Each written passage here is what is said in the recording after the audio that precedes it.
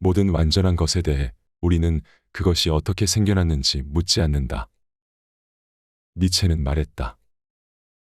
대신 우리는 마치 그것이 마법에 의해 땅에서 솟아난 것처럼 현재의 사실만을 즐긴다. 나는 그 구절을 읽으면서 자신들의 우상인 스피치가 인간의 경지를 넘어선 듯한 기량을 펼치는 것을 구경하는 젊은 수영 선수들의 모습이 떠올랐다. 아무도 예술가의 작품 속에서 그것이 완성되기까지의 과정을 보지 못한다. 니체는 말했다. 그 편이 나은 점도 있다. 작품으로 완성되는 과정을 보게 되는 경우에는 언제나 반응이 다소 시들해지기 때문이다. 다시 말해서 우리는 마크 스피치가 남들은 선천적 혹은 후천적으로도 갖지 못한 수영에 대한 재능을 갖고 태어났다고 믿고 싶어 한다. 우리는 수영장 옆에서 그가 아마추어에서 프로 선수로 성장하는 모습을 지켜보는 걸 바라지 않는다. 우리는 완성된 탁월한 기량을 보는 것을 더 좋아한다. 일상성보다는 신비함을 선호한다. 하지만 무엇 때문인가? 마크 스피치가 우수한 기량을 노력으로 얻은 것이 아니라고 우리 스스로를 기만하는 이유는 무엇인가? 우리의 허영심과 자기애가 천재 숭배를 조장한다. 니체가 말했다. 왜냐하면 천재를 마법적인 존재로 생각한다면 우리 자신과 비교하고 우리의 부족함을 느끼지 않아도 되기 때문이다. 누군가를 신적인 존재로 부르면 우리는 그와 경쟁할 필요가 없어진다. 즉, 선천적 재능으로 신화함으로써 우리의 모두는 경쟁에서 면제받는 것이다. 그리고 현재 상황에 안주하게 된다. 내가 교직 생활 초창기에 재능과 성취를 동일시하고 그 결과 학생도 나도 노력해야 한다는 생각을 못했을 때도 그랬던 것이 틀림없다. 그렇다면 탁월성의 실체는 무엇인가? 니체가 내린 결론도 댄 챔블리스와 똑같았다. 사고를 한 방향으로 모아 모든 것을 소재로 활용하며 자신과 타인의 내면을 부단히 관찰하여 어디에서나 본보기와 자극을 찾아내고 지칠 줄 모르고 자신의 방식으로 결합시키는 사람들이 위대한 업적을 이룬다. 니체는 재능에 대해서는 뭐라고 했을까? 그는 누구보다도 장인을 본보기로 생각하라고 말한다. 소질과 타고난 재능에 대해 말하지 말라. 타고난 재능이 거의 없어도 위인이 된 이들을 여럿 들을 수 있다. 그들은 타고난 솜씨를 배워서 천재가 되었다. 그들은 모두 유능한 장인답게 작은 부분을 제대로 만드는 법부터 진지하게 배운 다음 전체를 구성하는 일에 조심스럽게 도전했다. 그들은 눈부신 전체에 감탄하기보다 작고 부수적인 것들을 잘 만드는 데서 즐거움을 느꼈기 때문에 거기에 충분한 시간을 할애했다. 길에 막 접어들었다가 그 길을 완전히 포기하는 일이 얼마나 자주 발생하는가. 지금 이 순간 얼마나 많은 러닝머신, 실내 자전거, 웨이트 기구가 전국 각지의 지하실에서 먼지를 뒤집어 쓰고 있는가.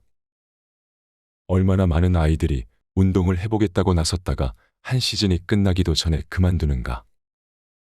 얼마나 많은 이들이 모든 친구에게 스웨터를 떠주겠다고 맹세했다가 겨우 소매 반쪽 만들고 바늘을 내려놓는가.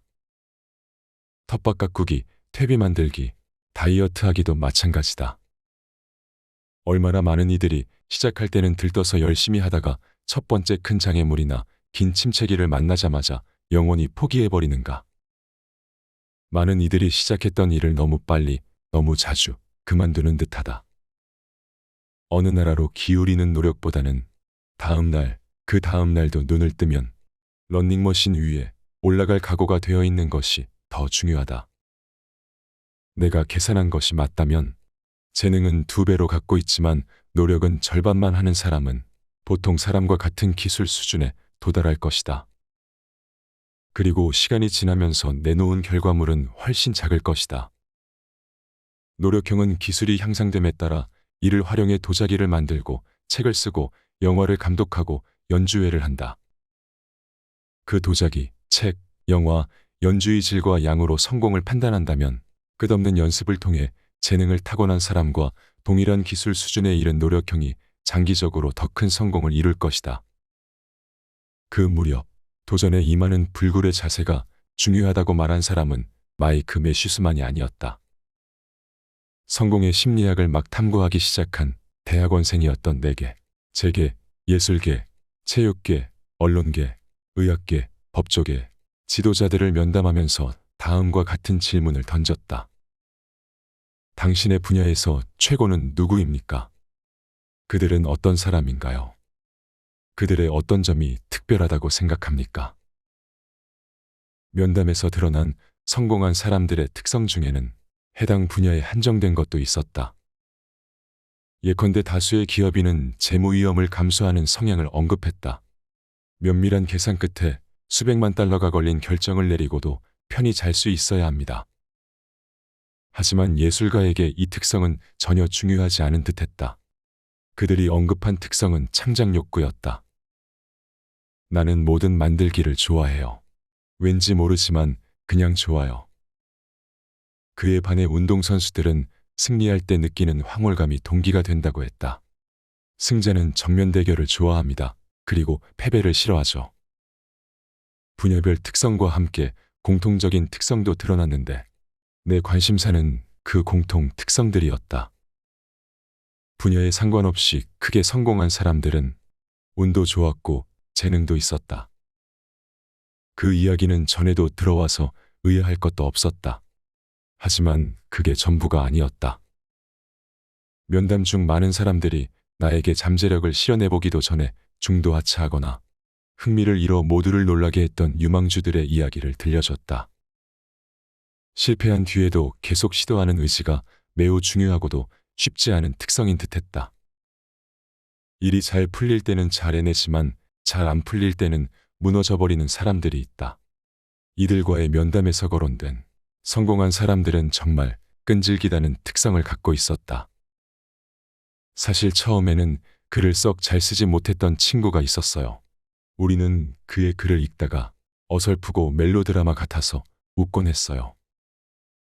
하지만 걔는 문장력을 계속 향상시켰고 지난해에는 구겐하임 재단에서 연구비까지 지원받았죠. 또한 성공한 사람들은 끊임없이 발전을 추구했다. 그녀는 결코 만족하는 법이 없었어요. 이 정도면 만족할 만한데도 본인이 가장 가혹한 비평가였죠. 큰 업적을 달성한 사람들은 끈기가 남달랐다. 크게 성공한 사람들은 왜 그렇게 끈덕지게 자신의 일에 매달렸을까? 그들 대부분이 사실상 달성이 불가능해 보일 만큼 큰 야망을 품고 있었다. 그들의 눈에는 자신이 늘 부족해 보였다.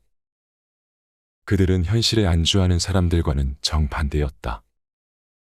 그럼에도 불만을 가지는 자신에게 정말로 만족을 느꼈다.